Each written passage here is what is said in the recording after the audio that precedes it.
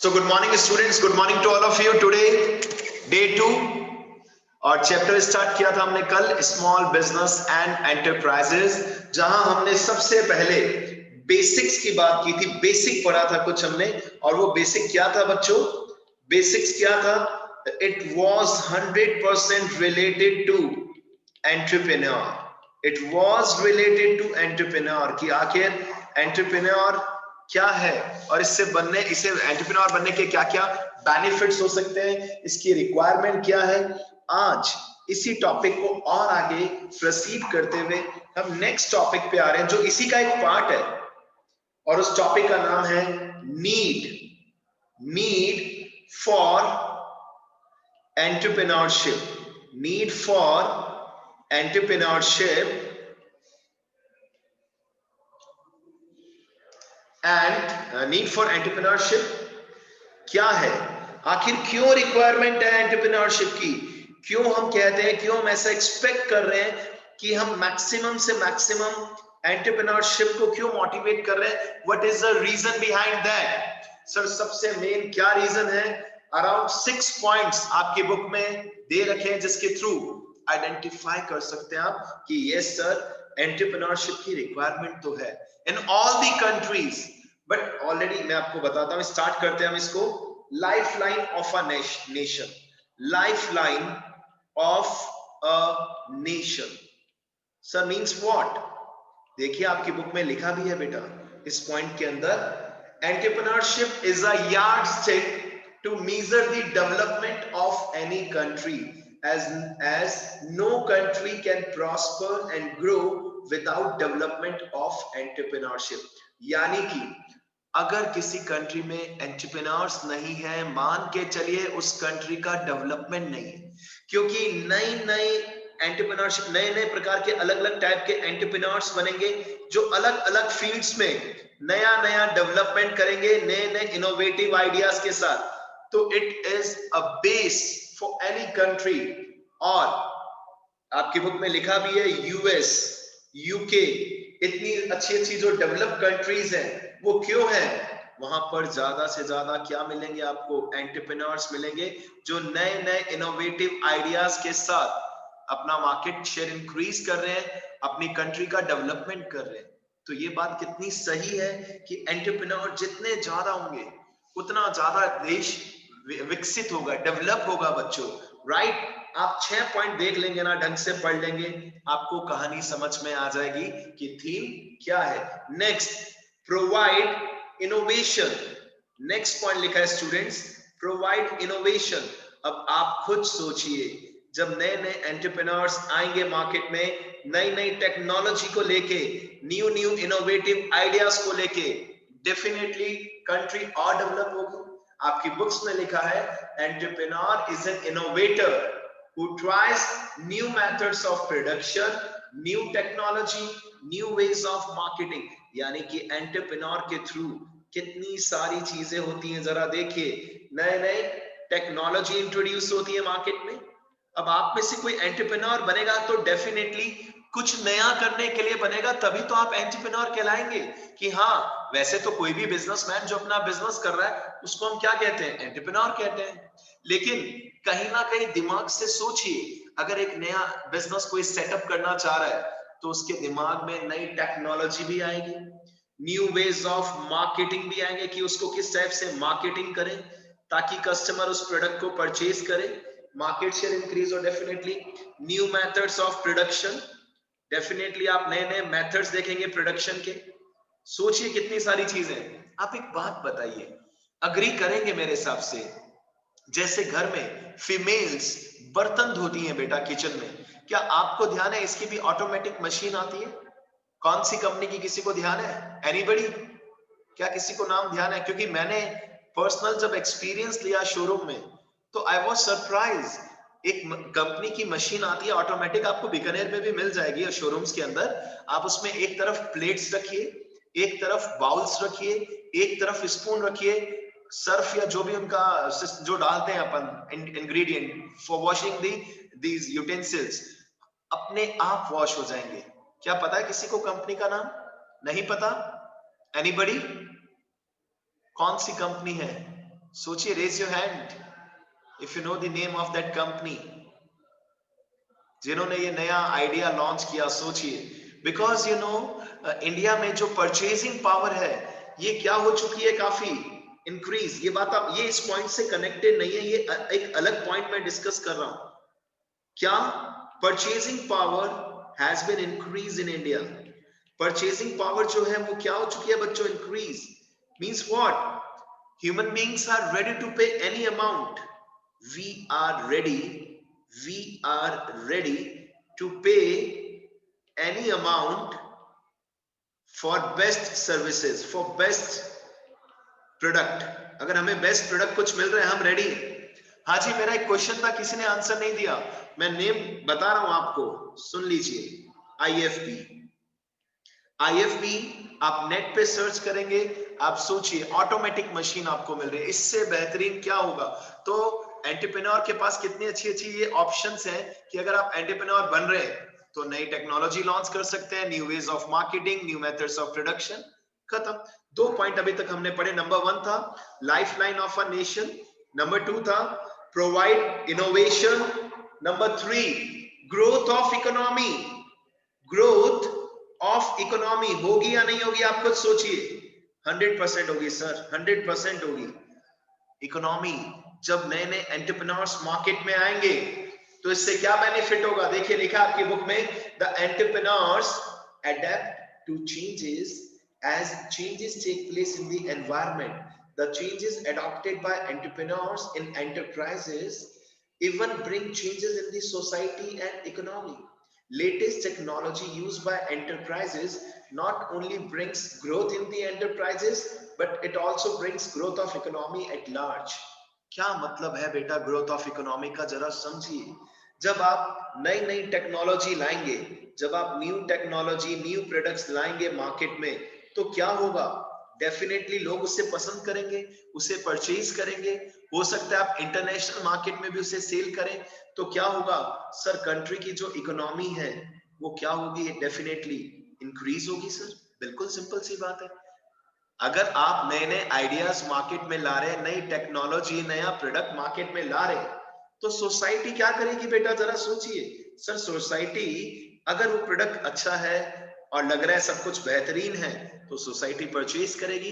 Even we can sell it in the international market और country की economy क्या हो जाएगी, इंक्रीज हो जाएगी। सिंपल सा पॉइंट है। नेक्स्ट पॉइंट पे आते हैं बेटा, इंक्रीज्ड प्रॉफिट्स। Increased profits.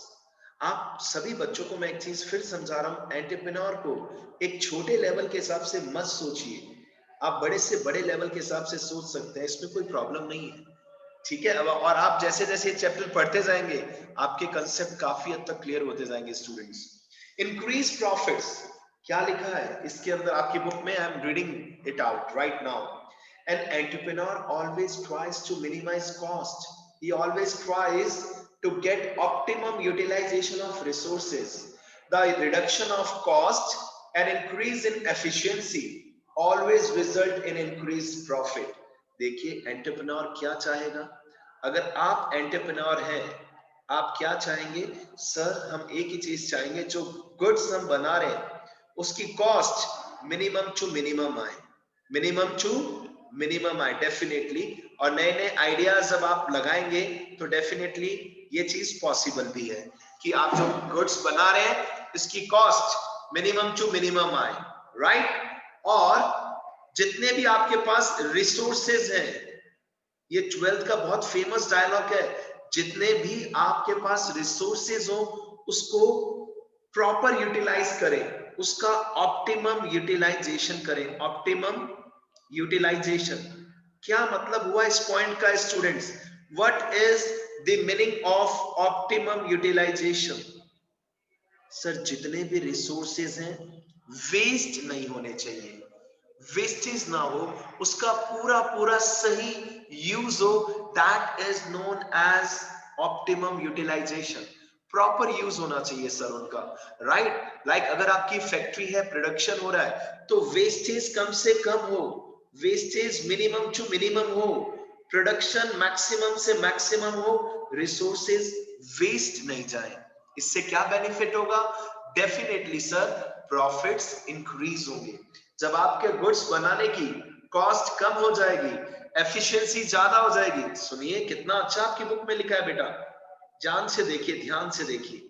जब हमारी कॉस्ट मिनिमम हो जाए और एफिशिएंसी मैक्सिमम, ऑप्टिमम यूटिलाइजेशन को कहीं ना कहीं हम यहाँ पर एफिशिएंसी से भी रिलेट कर रहे हैं बेटा। अगर ये दो चीजें हो जाएं तो क्या होगा सर, हमारे प्रॉफिट्स इंक्रीज हो जाएंगे। क्या हो जाएंगे बच्चों? हमारे प्रॉफिट्स इंक्रीज। क्या पढ़ रहे हैं हम? थोड़ा सा क्लियर आउट करते हैं। हमने आज की कहानी स्टार्ट की है नीड फॉर एंटरप्रेन्योरशिप। आखिर एंटरप्रेन्योरशिप की क्या रिक्वायरमेंट है किसी भी कंट्री को? I am not talking about India. Number 1 requirement है sir life line of a nation. किसी भी कंट्री की बात करें सर, लाइफ लाइन है। जितना ज्यादा खुद का जो कंट्री के जो एम्प्लॉय वो है, ह्यूमन बींग्स है, किसी भी कंट्री के ह्यूमन रिसोर्सेज जो खुद काम करेंगे और अपनी कंट्री को डेवलप करेंगे, उससे बेहतरीन कोई ऑप्शन हो ही नहीं सकता स्टूडेंट्स। नंबर 1 लाइफलाइन है किसी भी नेशन के लिए। नंबर 2 प्रोवाइड इनोवेशन है। अगर नए नए एंटरप्रेन्योर्स मार्केट में आ रहे हैं तो क्या करेंगे सर? न्यू टेक्नोलॉजी के, एक नई टेक्नोलॉजी के साथ आएंगे, न्यू वेज ऑफ मार्केटिंग के साथ, ऑफ कोर्स नया प्रोडक्शन, कुछ नए मेथड्स यूज करेंगे, राइट। और इसके पीछे एक छोटा सा मैंने डिस्कशन आपके साथ किया था कि इन सबके पीछे एक सबसे अच्छा जो रीजन है वो ये है कि सोसाइटी के टाइम, आज के टाइम में जो एक सबसे अच्छी बात, फेवरेबल बात है किसी भी इंडस्ट्री के लिए, वो क्या है? जरा सोचिए सर, कस्टमर रेडी है अमाउंट पे करने को, any amount, he is ready to pay any amount, but what he exactly wants, he wants best product. आज के टाइम में आप सभी क्या एक्सपेक्ट करते हैं बेटा? मार्केट से कुछ भी प्रोडक्ट लेते हैं तो क्या एक्सपेक्ट करते हैं? क्वालिटी बेस्ट हो, इनोवेटिव हो, कुछ यूनिक हो। आप सभी की बात कर रहा हूं मैं बेटा, आप सभी इंडिविजुअल स्टूडेंट्स की बात कर रहा हूं। आपके माइंड में हमेशा आता है, भले आप एक शूज भी ले रहे हैं, कुछ यूनिक होना चाहिए। बाइक ले रहे हैं, कुछ यूनिक होना चाहिए। गॉगल ले रहे हैं, कुछ यूनिक होना चाहिए। वी आर रेडी टू पे। और ये एक सबसे अच्छी बात किसके लिए है? एंटरप्रेन्योर के लिए है कि भैया इनोवेटिव आइडियाज लगाइए, इनोवेशन कीजिए और आपका प्रोडक्ट सेल हो जाएगा। 100% आप मार्केट में सक्सेसफुल हो सकते हैं। और इसके साथ साथ जो कंट्री की इकोनॉमी है ये भी ग्रो करेगी डेफिनेटली। जब आपका प्रोडक्ट मार्केट में सेल आउट होगा मैक्सिमम, तो कंट्री भी तो खुश होगी, कंट्री का भी तो वो इकोनॉमिक ग्रूम होगा। सिंपल सी बात, right.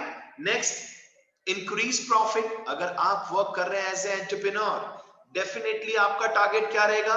Cost minimum to minimum हो, रिसोर्सेज का सही यूज किया जाए, वेस्टेज कम से कम हो, कॉस्ट मिनिमम होगी और एफिशिएंसी मैक्सिमम होगा, यानी कि प्रॉपर यूटिलाइजेशन होगा रिसोर्सेज का, तो प्रॉफिट्स इंक्रीज होंगे ही होंगे।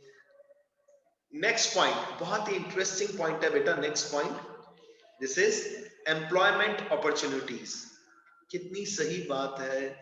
अगर आप एज ए एंटरप्रेन्योर वर्क कर रहे हैं तो एम्प्लॉयमेंट अपॉर्चुनिटीज भी तो इंक्रीज होंगी। क्यों?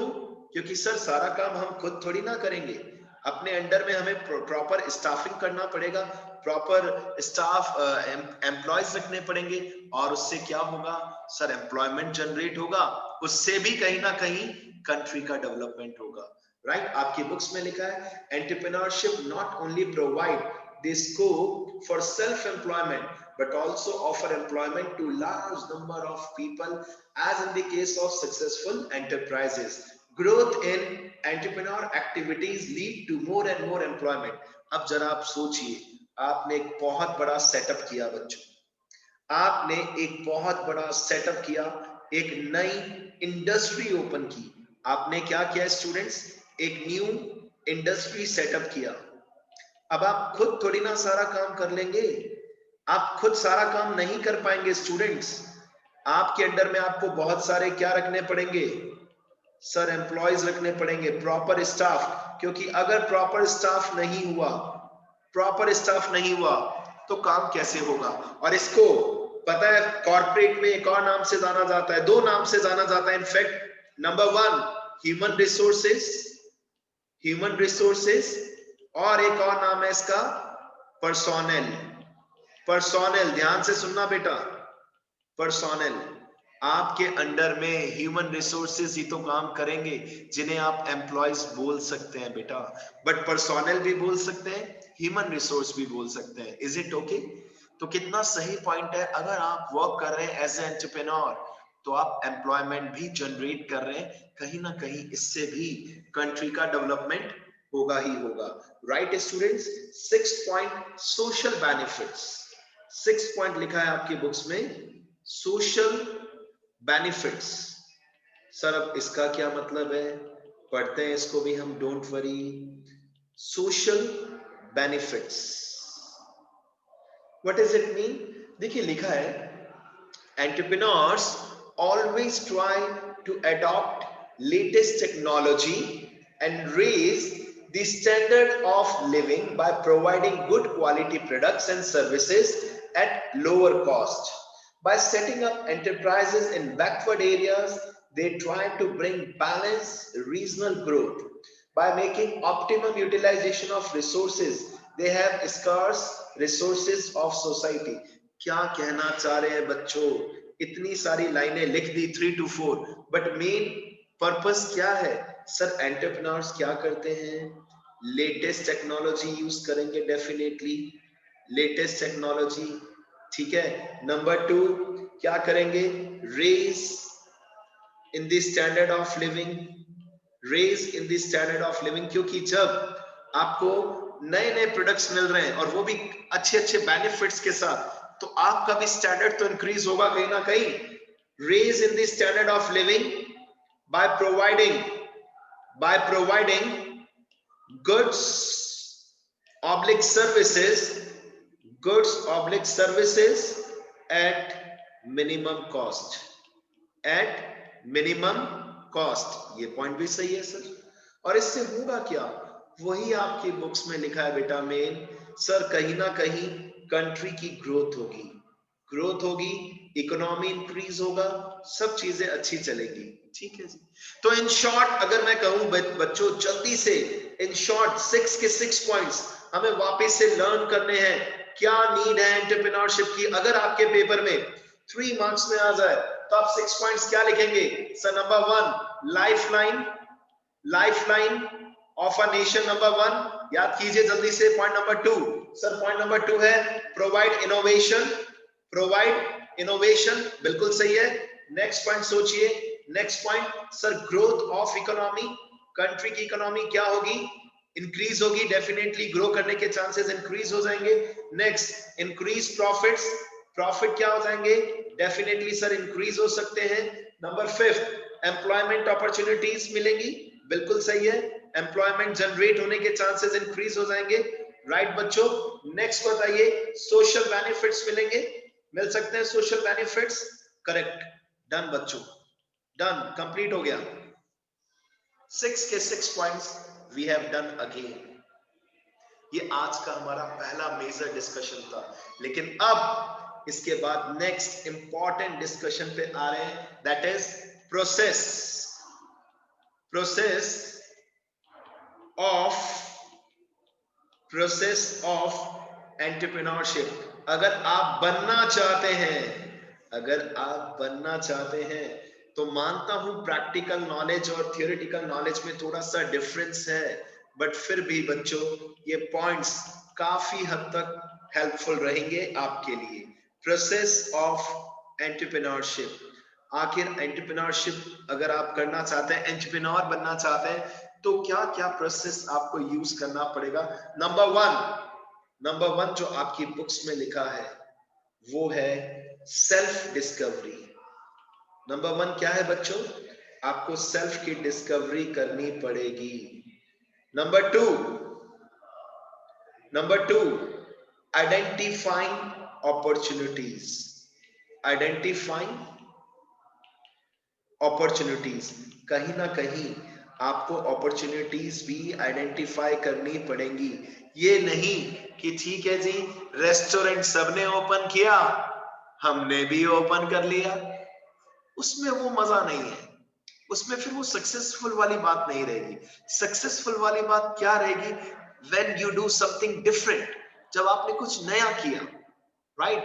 उसमें स्कोप ज्यादा है, डेफिनेटली मार्केट शेयर भी कैप्चर कर पाएंगे, सोशल बेनिफिट भी प्रोवाइड कराएंगे, प्रॉफिट्स भी इंक्रीज होने के चांसेस ज्यादा है, एम्प्लॉयमेंट अपॉर्चुनिटीज के चांसेस भी ज्यादा है। सिंपल। नेक्स्ट है बच्चों, next point, generating and evaluating ideas, generating and evaluating ideas। हाँ जी, कुछ आइडियाज वगैरह भी तो जनरेट करने पड़ेंगे, और केवल जनरेट करने से क्या होगा, उसको इवैल्यूएट भी तो करना पड़ेगा। मान लीजिए मनन भाई साहब, मनन जी, मनन या मनन बेटा, जो भी आपका प्रोनाउंसिएशन है बेटा, भावनाओं में मत जाना है ना, मतलब भावनाओं को समझना। मनन अगर ये कहता है बच्चा कि सर मुझे तो नया बिजनेस सेटअप करना है, पेरेंट्स ने कहा ले 2 करोड़ रुपए, कोई टेंशन नहीं है, ले 2 करोड़। अब भैया उस पैसे आने से क्या होगा, आपको पूरा आइडिया, अपॉर्चुनिटी सब कुछ जनरेट करना होगा, उसके बाद उसको इवैल्यूएट भी करना पड़ेगा कि जो हम सोच रहे हैं, जो आइडिया हमारे दिमाग में, मेरे दिमाग में आया, क्या वो सच में सही है या एकदम बेकार है, या इससे बेहतर भी कुछ और मिल सकता है। You have to think on it बेटा, राइट? उसके बाद क्या करेंगे सर, इसके बाद आप करेंगे प्लानिंग। इसके बाद आप क्या करेंगे बच्चों? प्लानिंग, क्योंकि विदाउट प्लानिंग कोई भी काम सही नहीं होता। अब प्रॉपर प्लानिंग करेंगे आप। प्लानिंग कर लिया प्लानिंग बेटा, वेरी गुड। अब क्या करेंगे सर? अब फंड्स कलेक्ट करेंगे, रेजिंग स्टार्टअप कैपिटल। स्टार्टिंग में जो बिजनेस स्टार्ट करने के लिए जो मनी की हमें रिक्वायरमेंट है, मनी या मनी वर्थ, अब उसके ऊपर हम आएंगे। कर लिया, वेरी गुड। अब क्या करेंगे सर? अब हम स्टार्टअप कर देंगे सर, और क्या सर, इसमें कौन सा बिग डील है? ये लीजिए सर, अब हमने स्टार्टअप कर दिया। अब क्या करेंगे सर? अब क्या करेंगे? अरे कुछ ना कुछ करते रहेंगे सर, क्यों चिंता कर रहे हो? अब हम ग्रोथ करेंगे। अब हम क्या करेंगे बच्चों? हम ट्राई करेंगे कि हमारा बिजनेस ज्यादा से ज्यादा क्या कर सके, ग्रोथ कर सके। और ग्रोथ कर ली तो last point means harvesting, harvest करेंगे। अरे सर ये क्या वर्ड आ गया? कोई चिंता वाली बात नहीं है, क्यों घबरा रहे हैं? Harvest means, this means selling the business and harvesting the reward. Many entrepreneurs sell their existing business and start a new venture. जब आपको लगे कि हाँ भाई मैंने बहुत कुछ कर लिया, तो आप चाहें तो अपने बिजनेस को आगे सेल आउट भी कर सकते हैं, चलेगा, बट ये कंपल्शन नहीं है। बहुत सारे बिजनेस ऐसा करते हैं कि काम कर लिया उसका रिवॉर्ड मिलेगा, या तो ये समझ लीजिए अब इस जो भी आपने किया उसका रिवॉर्ड मिलने का टाइम आ गया।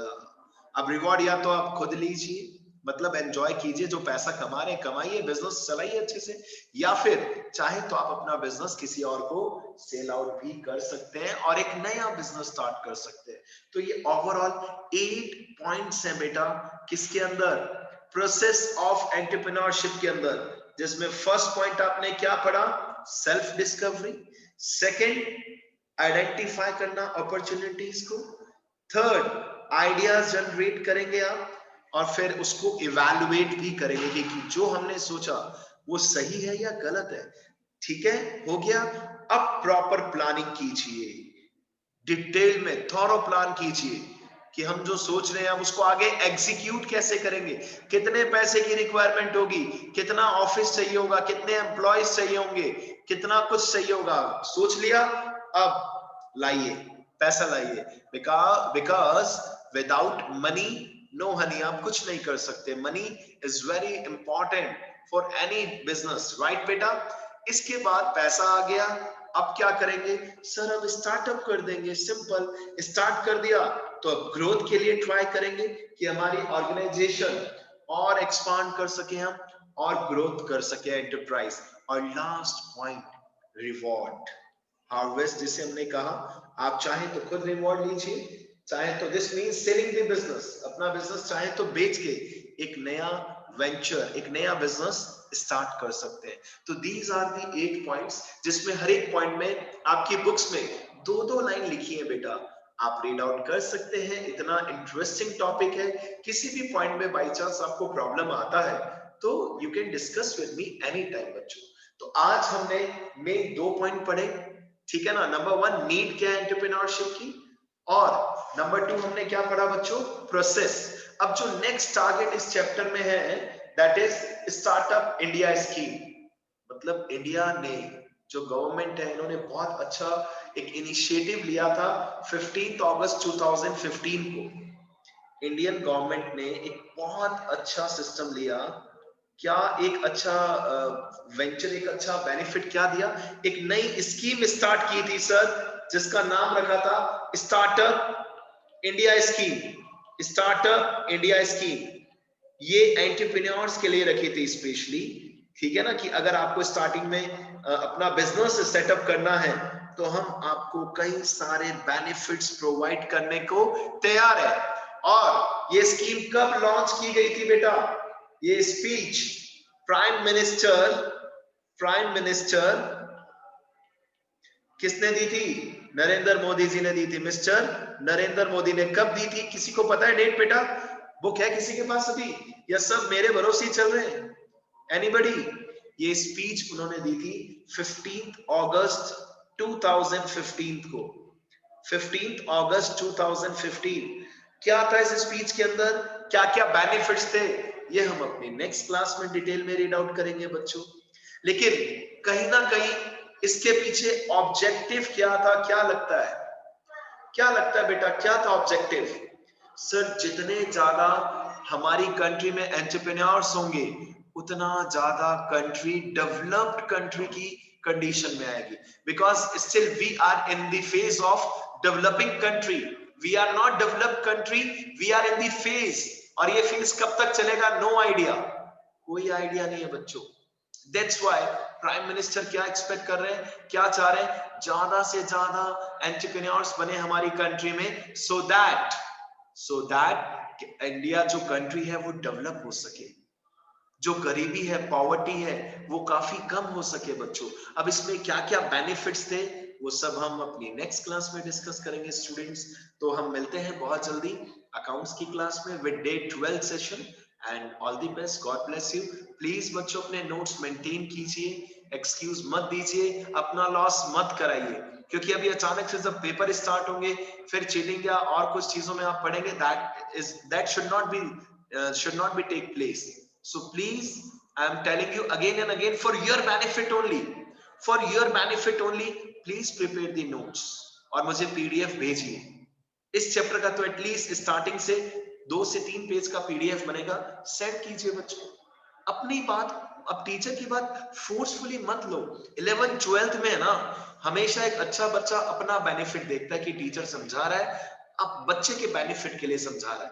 क्या ये लग रहा है थ्योरेटिकल है, क्या ये प्रैक्टिकल नहीं है? 15 अगस्त 2015 को क्या हुआ था, हमेशा यूजफुल रहेगा आपके लिए ये, right? So all the best, मिलते हैं नेक्स्ट क्लास में with in few minutes. God bless you बेटा, गॉड ब्लेस यू ऑल।